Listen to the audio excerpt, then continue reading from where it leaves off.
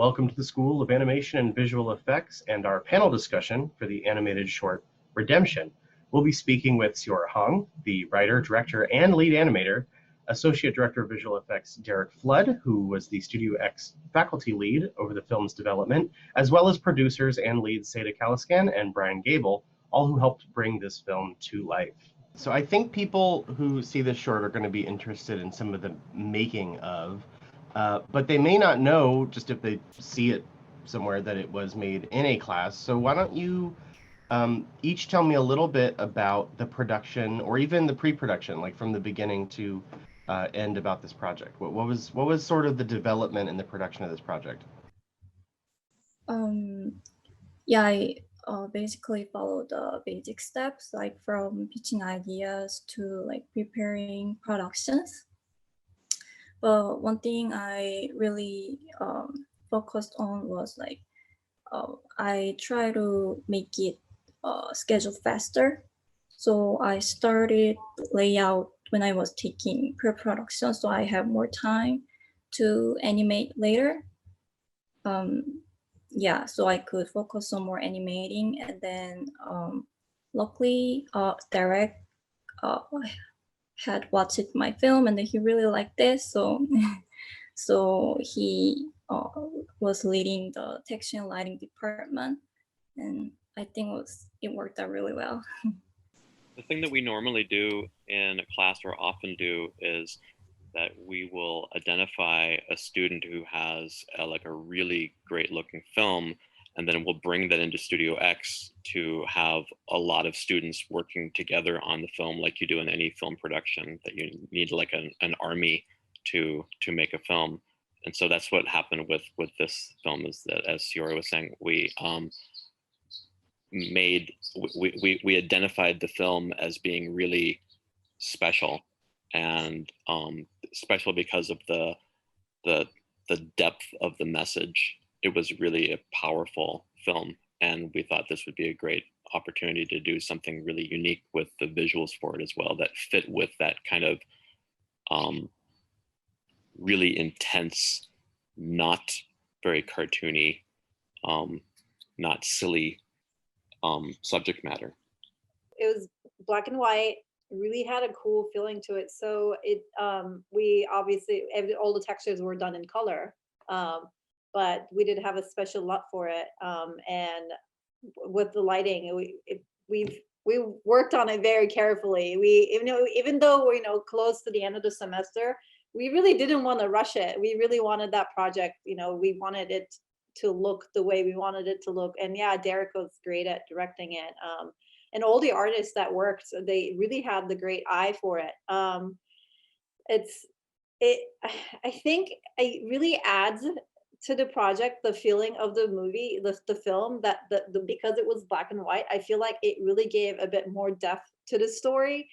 Really made it feel touchy. I don't know, maybe it's me, but I think a lot of people agree. Just really touchy, really great film. We were very careful about, we did a lot of comparing. Every time we worked on lighting the shot, especially, we compared to the previous shots, before and after shots, to make sure that everything worked and blended and looked right, and it was smooth. Yeah, it was a lot of work, a lot of a lot of fixing, a lot of rendering, a lot of touching up. We really wanted to give that great, like, touchy feeling to the movie.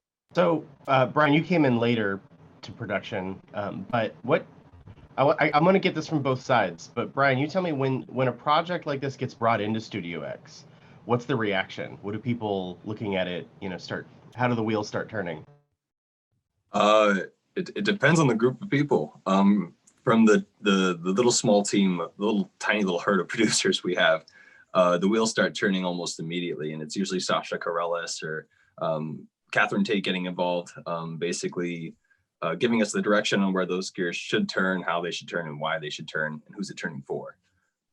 So we're always trying to be 10 steps ahead. We're always trying to look at a new thing that comes in and say, okay, based on all the students we have in each of these classes, based on their skill sets, What are they really good at? What are they comfortable doing? Are they generalists? Are they, are they willing to take on a smorgasbord of different tasks, or do they really want to stay in their comfort zone? And if so, how do we make that happen so that we can get the best out of them and they can get the best out of us? So for a project like Redemption, I came in later. For back when we were on site, to me, it was a poster on the wall that I walked by all the time at 180. And I've stared at many, many times, but I thought because of the poster, I really didn't think beyond it. I thought it was 2D. So I kind of like left it be, even though 2D is where I come from in the school originally. Sasha had brought me on right towards when you guys were wrapping up. I think it was maybe like the last 2 or 3 shots that were maybe a few versions away. And based on who I am and what I want to target myself as a producer, she thought it was a really good fit. And the theme, like Derek was saying, it's real. It's not this silly, wacky kind of animation that we do in some branches of StudioX, but it's not really for this. It's a much more gritty topic, and it's a community and a message that I've been trying to relay for a long, long time. And when the opportunity to work on this presented itself to me, and Sasha said we need PR, and Seora wants to get this into film festivals, I jumped at it right away. But that was, to come in post-production, this was the first time that kind of happened to me. Usually before that, I'm diving into projects that are either just getting started or at least like sort of in the mid-run, and it's sort of a hand-me-down from one producer to another.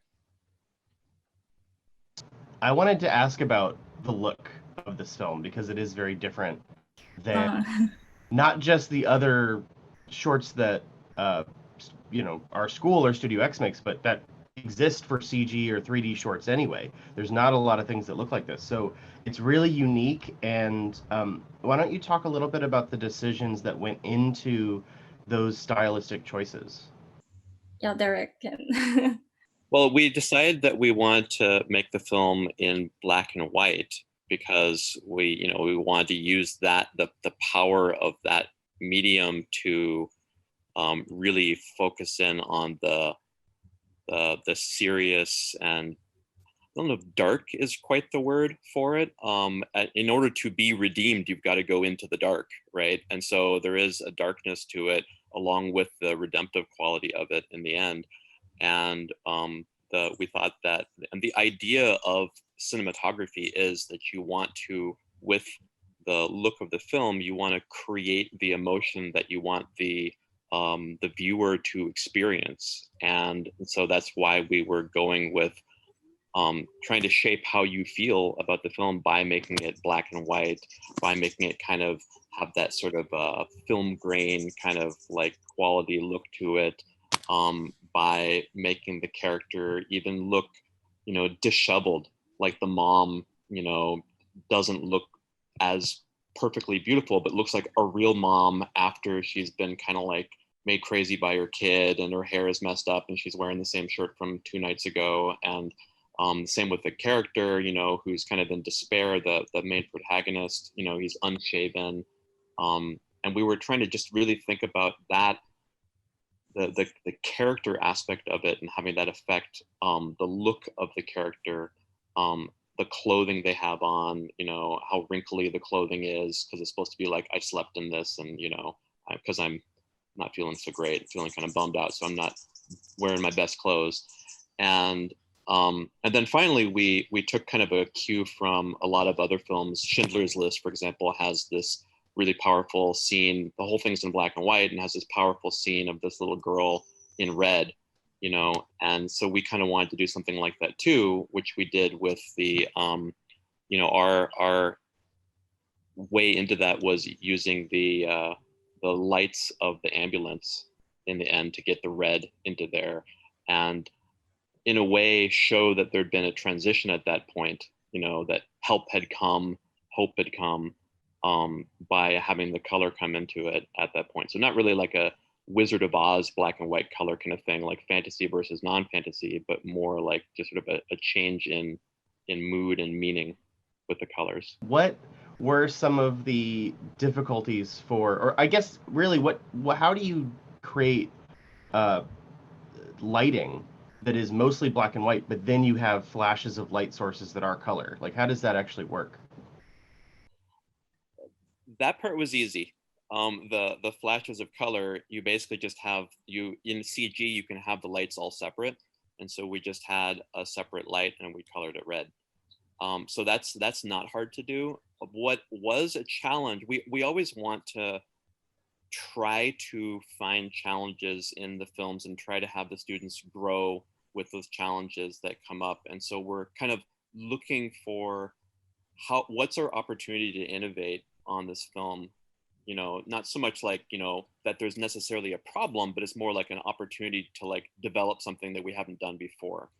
And honestly, with this film, it helps any artist to do things in black and white, whether that's like a pencil drawing or whatever, because it forces you to focus on the tonal values of something as opposed to the colors. And actually, it's a good exercise when you have a color drawing or painting to shift it into black and white temporarily and look what your tonal values are. And you can sometimes find that like your really saturated colors are kind of the wrong tonal values and it just doesn't look right. And so it was actually a really good kind of like a exercise where you tie one hand behind your back to see if you can still do it.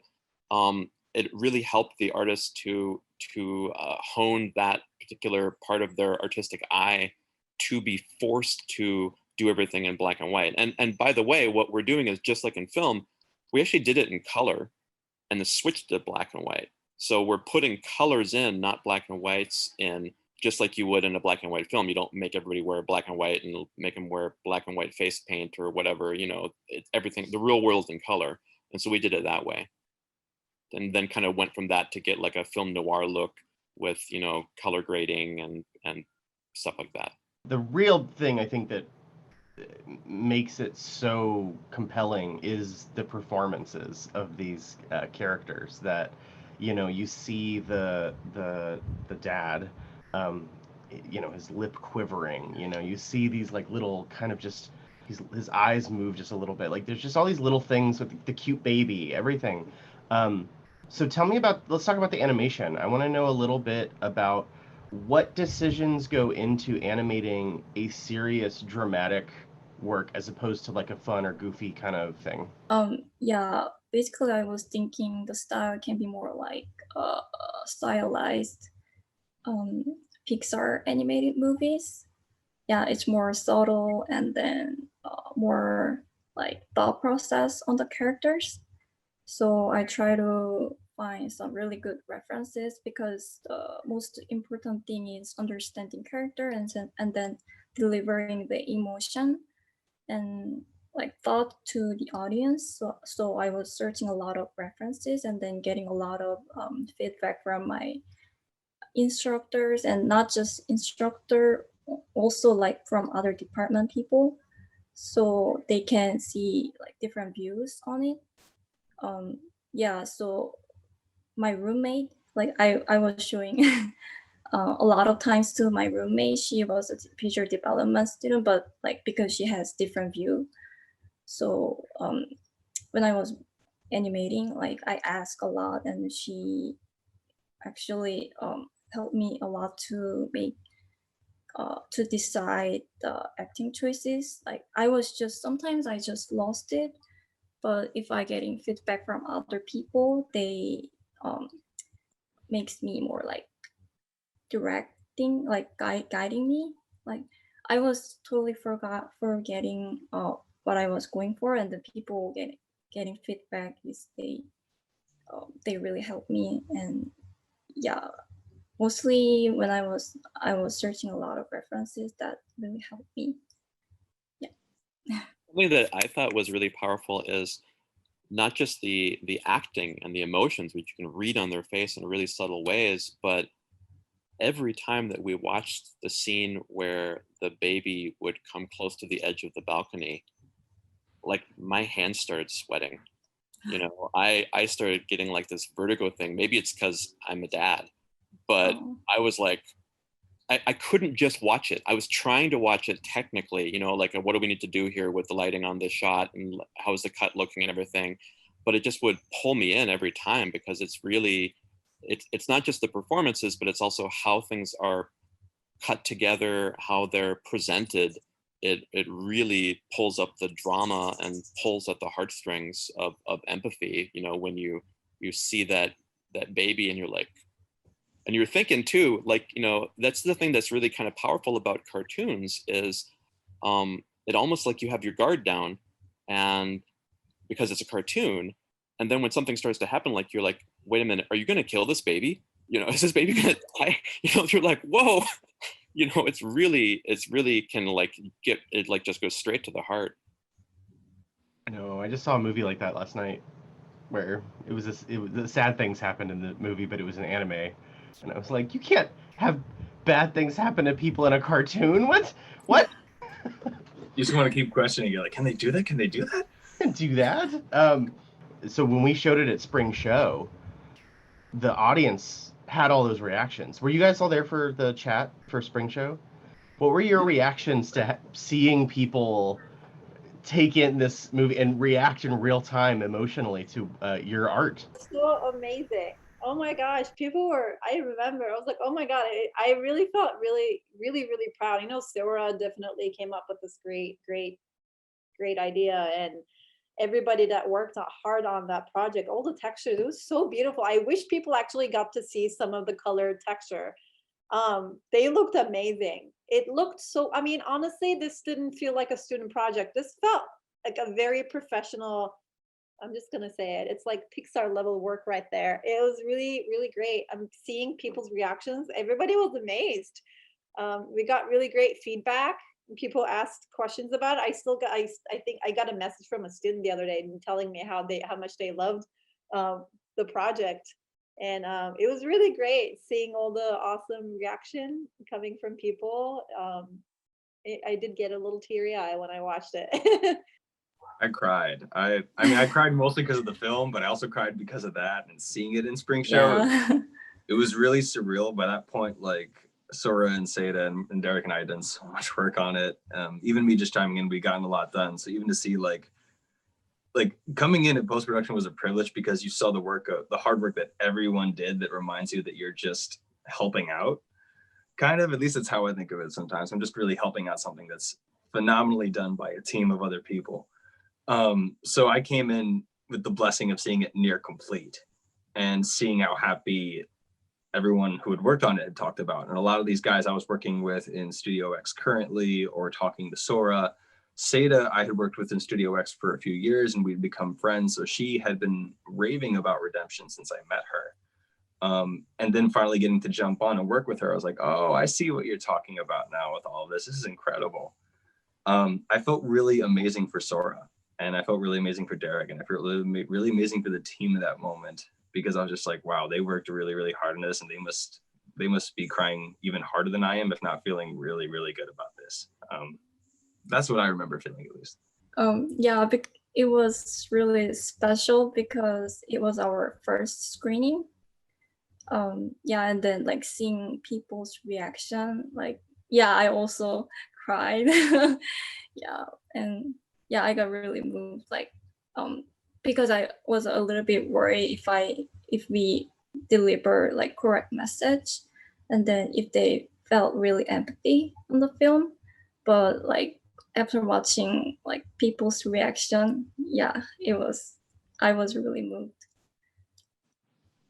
Yeah, it was really cool just to see people all at once. A bunch of people go, the baby, you know. It was really unique too that through the chat thing, you know, normally if you're in a theater, you don't get to know what people are thinking live about a movie. You know, you maybe at the best you'll like hear some sounds of laughs or cries or whatever, but this was like this real time, you know, brain insight to people and how they're responding. And that's really with art is, you know, you're not supposed to talk about art. Like what you wanted to say, you said in the movie, and you said with the performances, and you said with the cinematography, and so then you just have to leave it to, and does that communicate to the audience? Are they feeling what I want them to feel? Are they going on the story, or are they kind of like not really following and being like, what's going on here? And so it's just, it works or it doesn't. and it's kind of like you have no power over it at that point. You just have to trust the movie as it is. And so it was really great to see that it was having the intended effect on people. Do you have a favorite? Is for everybody. Do you have a favorite shot? Ooh. Shot 7? I might even remember the name. There's this one shot. You see Mark on the roof. I think it's zooming. It's either zooming out or zooming in. I can't really. I think it's zooming out. There's this really kind of slow shot. It's just very dramatic. It really gives you that feeling. Oh my gosh, this person. What is going on with you? You're not feeling good, right? It touches you right away. I think it's shot 7. He's on top of the roof. You see the sky. It's all kind of like, dark. I think that's my favorite. One of my favorite shots. Mine's definitely when we see the baby for the first time. I think going back to the acting bit and a lot of character development, like I come from a very heavy performing arts background on my mother's side, and I did my BA in acting before this. And as an animator and as a producer, well, loving animation and being a producer, I see the lines between performance and art always intersecting. The rules may be written differently or reworded differently, but they're the exact same principles. And whether you're in front of a live audience or you're animating or any kind of performance, or you're behind a mic of any kind of performance quality, if you do one little thing that's inauthentic, the audience is super smart, and so are their brains, and they're going to be like, oh, I don't believe that performance. Not only did that not happen throughout all of Redemption, with the baby, it was especially flawless to me. The moment the little guy came out, it was just like my heart melted. It sank deep into my chest. And I already started panicking because I knew where he was going. And I was even shaming the parent. I was like, don't leave the window open. Like, what are you doing? Stop it. Like I divin in so deep because of this little guy. So for me, it was definitely the baby. I'm a sucker for cute little kids. I'm that guy who makes silly faces and silly voices anyway. So when I saw that baby, I was hooked immediately. For me, I really like, my favorite shot is the last shot, because it's the moment he like decided to live different life, and like through the shot he has a lot of thought process and the emotion change between, and it's really subtle, but we can say he is gonna live different life. We can say, even though it's really subtle, and then with the simple animation. So I really it's my favorite shot. Yeah, I think I'd agree with that.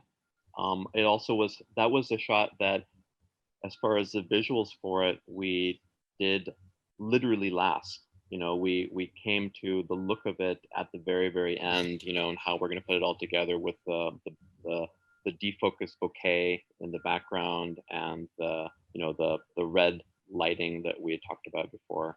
So it was kind of like a discovery that we, not by planning, but just by fate, that it turned out that was like the last shot that we figured out what it's supposed to look like. As a director, were you worried, or as the creator and director, are you worried at any point in the making of it that would be that there was some parts of that subject matter that people weren't going to get, or that would be too difficult to handle? Yeah, actually I was worried about it, because mostly like animated shorts are very like pleasant to watch it, and they're very fun shots and fun mood. So because the overall atmosphere is kind of like dark at the beginning, I was worried like if people, like the ending is kind of warm hurting, but I was worried if I misleading, or if I misdeliver. Yeah, I was worried about it. But turns out, when I was showing the layout to people before I went to animation stage, people really like this. So after that, I thought, I think it's fine. Yeah. So a lot of it comes down in pre-production in the beginning. Yeah. Yeah, like really early. How do you, this might be for everybody, how do you keep a project at all, but certainly a project like this, consistent over all the shots? I personally try to make these few shots more than blocking stage. So later I can, when I'm working on like other shots, I can refer to the few shots that I already did. So so I worked on few shots more than blocking and most like IP stage, and then I was keep tracking if I'm making good progress and comparing each shot. So and later I recruited more animators, so they had more different idea, and different acting choices, and I think that makes the film more richer and then more consistent. Yeah. And Seda can talk about this as well, but a big part of the cinematography part of the film is continuity and making sure that the shots all look together. So, the first phase would just be getting each shot individually to look good by itself. But then another big part of it is looking at them all together and make sure that they line up and that things aren't, out of sync in a way that somebody's going to notice. That continuity is a major concern that you have with putting shots together, really, in any film. And so certainly in lighting for this, it's always a big deal in StudioX. That's a big part of the process. Having the sky looked so dramatic, right? If it just like, it definitely added to the mood. Things like having, like the way we lit the character or the way we lit the building, some of them, like you kind of see, there's like one shot that I was working on, basically like everything is pretty, like the background is kind of like darker and a little bit of blurred, and then you have the focus on the character because it's like, it's not the opening shot, but it's kind of like an establishing shot. Like the way we lit certain things, it was really cool. Also the camera movement too, it was really amazing, like back and forth, baby, and then Mark's reaction, and then the baby, and things like that. We really, I didn't get to work while the animation was going on, but like things like that really added a lot to the story. And having the like vignette kind of look too, that was really cool. But yeah, with lighting, we definitely added a whole lot to the story. That was really cool. And the textures too, it's just like the very dramatic textures, if you noticed. Like even the gravel, it looked so cool, so real, and everything, just even the little bits of things like added to the story. Even like the lighting of the building, the inside of the buildings, like so you see some part of it in like the shadow and some parts are brighter. Everything overall just really added to the mood. So you were also the editor. So why don't you, first of all, have you, aside from classes and like classwork, had you ever had to edit something like this before? And then talk about your experience with that. Not animation. I did before Academy. I used to go to City College before transferring, and I did take some editing classes. And it was something that I always enjoyed and try to teach myself as a kid. Like I always loved taking, the home movies. You make home movies and you put them together, and I kind of started like that, and used Final Cut previously, and then turned out, later got into Adobe Premiere. I was really into it, and I offered. I was like, hey, you need someone to put this together, let me know. I will be glad to do it. And it kind of started as me basically putting this together for weeklies, and then it kind of happened, okay, I guess I'm doing it now. I'm just going to finish the project. So yeah, from dailies, it was okay, updating the shots every week before we meet, and talk about it, compare shots, see how the shots before, after, if it looks good, if we need to fix anything. I really enjoyed it. That's why I really got attached to this project, because I was lighting it and I was doing some compositing, and then being in communication with other artists all the time, meeting at the lab and always talking about it. I really got attached to it, and I just wanted this. I thought that everybody in the world needs to see this. And yeah, it was really fun for me to do different roles within the project. I definitely enjoyed editing it. What are some artistic choices that each of you are proud of as an artist that made it into the final? I personally, I'm an animator, but what I'm proud of is story and concept, personally. Yeah, because the characters and environments, they are each side, they are contrasting, and then the story is leading him by situation, and like through the story, it shows how he resolves himself. So I like the story, and there is a reversal story later. So I'm proud of my story and concept. And also I really proud of Derek's idea about black and white, and then later having red light added. I think it's really great. It was really great idea. My original idea was the less all color but less saturated. And after I heard about Derek's idea, yeah, I really loved it, and it was really obvious, yeah, choice. So yeah, they are the choices I really liked.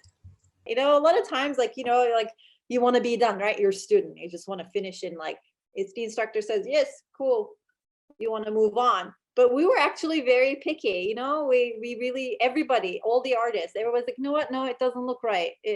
Like Mary's tear, like, no, we worked on that really hard. Like it was supposed to be perfect. So making those, tiny adjustments, even though maybe when you watch it, you may not notice it, but because we worked on it very carefully, things definitely, it needed to be perfect. So we really worked on those little details more than bigger picture. That's all I can think of, the little adjustments that we made that made it look even better. What about you, Brian? One artistic choice that went through Redemption that I found really coincidental is I've been asked 4 times now if the protagonist is based off me. And I'm like, no, that's just a very odd coincidence. And I keep trying to explain to multiple people. I'm like, no, I came in at the end. I'm a producer. Like it's coincidence. That's it. And I just think it's not my choice to make. I just think the circumstances is hilarious. In the whole process, with Spring Show and then everything with the film festivals, it's been a lot of fun, and it's also been super informative to learn how these festivals work, what they're looking for, what their application status is like, how much you have to pay, if the ones that are free, which is always nice. Seora and I really dive into a lot of these festivals and we really break it down. I don't know if that's an artistic choice, but it is something I very much enjoyed in choice making that's been involved in this. It's equally important. Definitely. To as make long as Seora's happy, that's my job. Yeah, I really appreciate, like, he helped me a lot, and then when I really feel overwhelming, yeah, he always like encouraged me, and it's gonna be okay. We gotta encourage you and your work. It's all good stuff. It's like is making the art is figuring out how to get people to see the art, right? That's super, yeah. It really is, yeah. PR is such an art of its own, I'm learning. When did you know that you wanted to get into your focus? Like, at what point? Was it before school? Was it at some point in your student career? When did you decide this particular focus is for me? As an animator, I was very interested in like how making the characters alive, and then people really feel empathy and to characters. It's amazing because animator can create the character. Yeah, so that's what I was very fascinated about it. Yeah, before I came to AAU, I already like decided to be an animator. Previously, I was also working on like studying animation when I was in South Korea. At the time, I was learning 2D animation, but at the time I was not learning really like specialized skills. So I was more curious about it, and then I really want to learn how to make characters really alive and feel feel alive. So yeah, that's the point. I wanted to be an animator. Yeah, and I think it was very naturally, yeah, naturally thought like, oh, I'm gonna be an animator. So yeah. I took Derek's class for the first time. He's really he's interesting. He's very, you know, very smart, very thoughtful with his students. Definitely there when you want to ask help. If you ask for help, he's there. I was one of those students I was not afraid of asking questions. Trying, you know, some people can't shy away. You know, like I don't want to look stupid. I don't want to ask. Like, I always ask questions, and I bothered him a lot. If I didn't understand something, I definitely went to him right away. When I took his class I thought I was actually going to go into compositing. That's what I thought I would enjoy the most, giving like my little bit of editing background. I thought that that's what I would do. But then after taking my first texturing class, I was like, ooh, this is really fun. You know, you can make this gray model turn into something really cool, either make it look cartoon or realistic. I really enjoyed it. And honestly, I'm not the best. I will, you know, I will definitely say there's so many great texture lighters out there and within the school. I like to think that I was okay, but I really enjoyed it. But yeah, after taking Derek's first class, I was like, you know what? I think I enjoy this more than compositing. And then, you know, I just took more, like I took the fundamentals, then I took the advanced, and I did the 3D texture painting, and I really enjoyed it. But I think after the first semester of taking Derek's class, I realized that texturing and lighting was more interesting to me. So I hail from a performing arts family on my mother's side. So originally acting was the direction for me. And that's what I got my my BA in from Buffalo, New York, where it's so cold, you're over snow for the rest of your life. I hail from New York originally. I came from a suburb right outside New York City. So going to Broadway shows with a Broadway family was just the weekend thing. And acting became the direction I wanted for a really long time. And it's something I still do in StudioX, but voice acting, preferably animation, wound up being my comfort zone. There's more of a freedom behind the mic. So there's a few StudioX productions and student thesis productions and random other things that I can't remember at the moment that I provided a voice to, or a few, or another Coyote's Place. I'm doing a smattering of VO. So I've always found ways to compromise and add everything that I've wanted to do into one package, which led me to producing. Really, I came to AAU for 2D animation. I wanted to be a 2D character animator because drawing was what I did first, and I called the original void filler because I had suffered loss at a very young age, and the moment I picked up a pen, the rest was history. I was just like, a lot of what Seora was saying. I had this theme of bringing life to the lifeless that drawing started for me, and then animation really kicked into high gear with everything from Looney Tunes to 90s kids television. 2D animation and 3D has always sort of been those topics that if you ask me about, that's like my go-to, and the things I don't know anything about. So I came to school AAU for 2D animation, and it was not the kind of drawing I really wanted to do. I'm a doodler. I like conveying ideas in very crummy concept art to pass on to someone to do it better. And I was, I wasn't pacing myself well. I had to wear a hand brace for 2 weeks and draw with my left hand, and it was not fun for me. And I realized if I'm not enjoying this and I'm not getting the usual feedback that I get, like maybe I shouldn't be. And Sasha Corellis came to me with producing, and she said, we don't really have 2D, but we have 3D and VFX and CG. And the pipelines are universal for any production you're working on, from animation to film to television. They all are the same route. So if you want to learn one, learn them all. And it took me a while to really make that decision, but I came over to 3D production. Oh God, I think it's been 2 years now, a little over 2 years. Dove into StudioX right away. Producing for me, I always wanted to wind up being a producer anyway. I'd always admired Seth MacFarlane, Matt Stone, and Trey Parker, J.G. Quintel, Mike Judge, a lot of the guys who really put their own creative aspects together and were able to assemble a team effectively to convey an idea of enjoyment in some degree. That's what I really wanted. But I was going too much through I was referencing too much of what they went through to get to where they were. And I really didn't think about forging what I wanted to do, or letting circumstance take the wheel. And StudioX and Sasha and Redemption, in a lot of ways, has been able to do that for me. So as a producer, I'm able to satisfy my constant hunger for teamwork that I got from 90s Kids television and everyone working together to save the day, so to speak. And I also get to see, as an actor, you meet so many vain performers and people with egos and divas, and it's exhausting.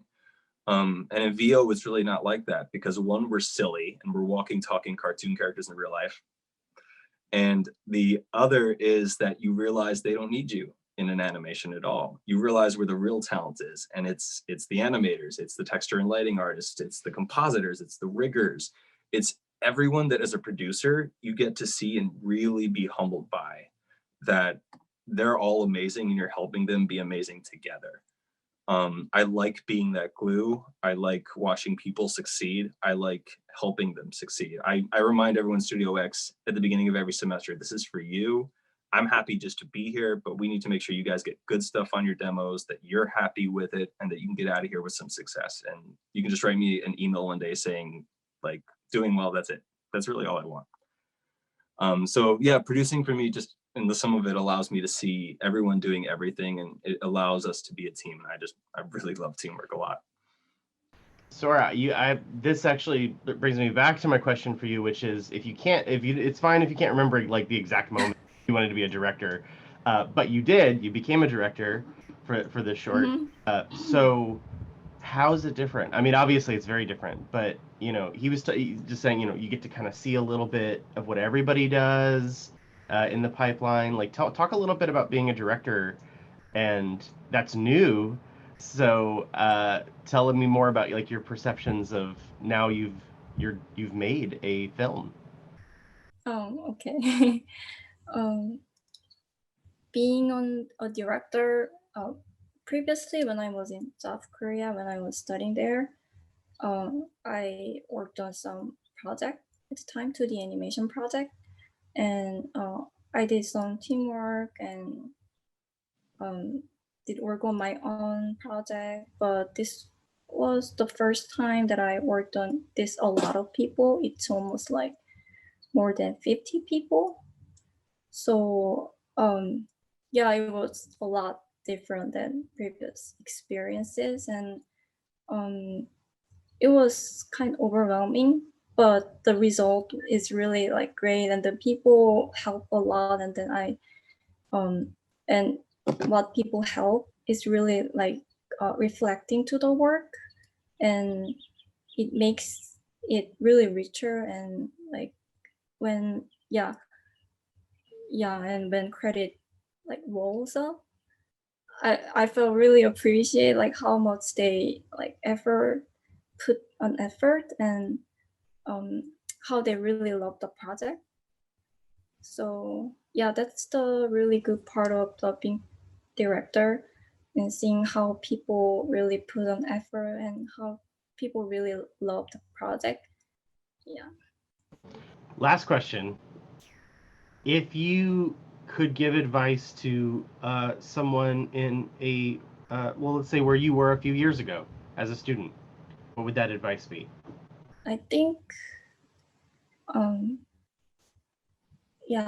because after we graduated, we need demo reel and portfolio.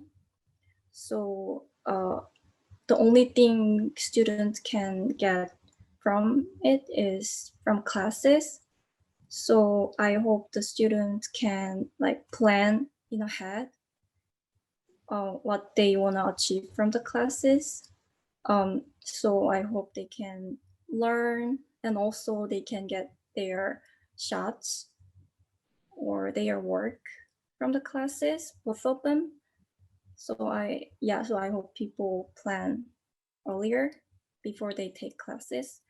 And also what I want to say is keep being inspired from other work, because as an artist, when people feel really exhausted and overwhelming, if see other people's work and then if get inspired a lot from it, it can really help to keep passionate. So yeah.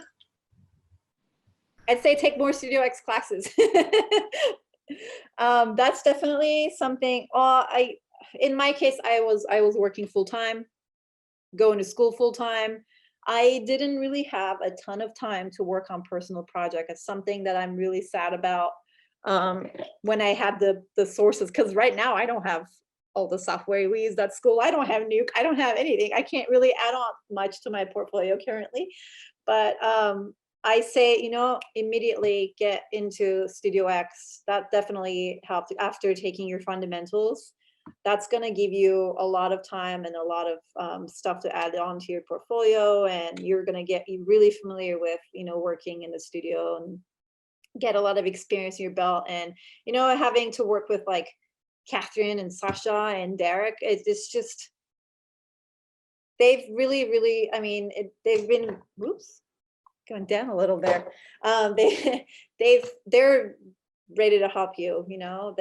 I went to them with questions all the time, and they are definitely there to help you. You want more shots, they'll give you more shots. You want more projects, they'll give you more projects. And that's something I would definitely want to get. I wish I got into it a little bit before, but having not a lot of time while I was going to school, that's something I really wish I did. And, I wish I had more time and more StudioX experience.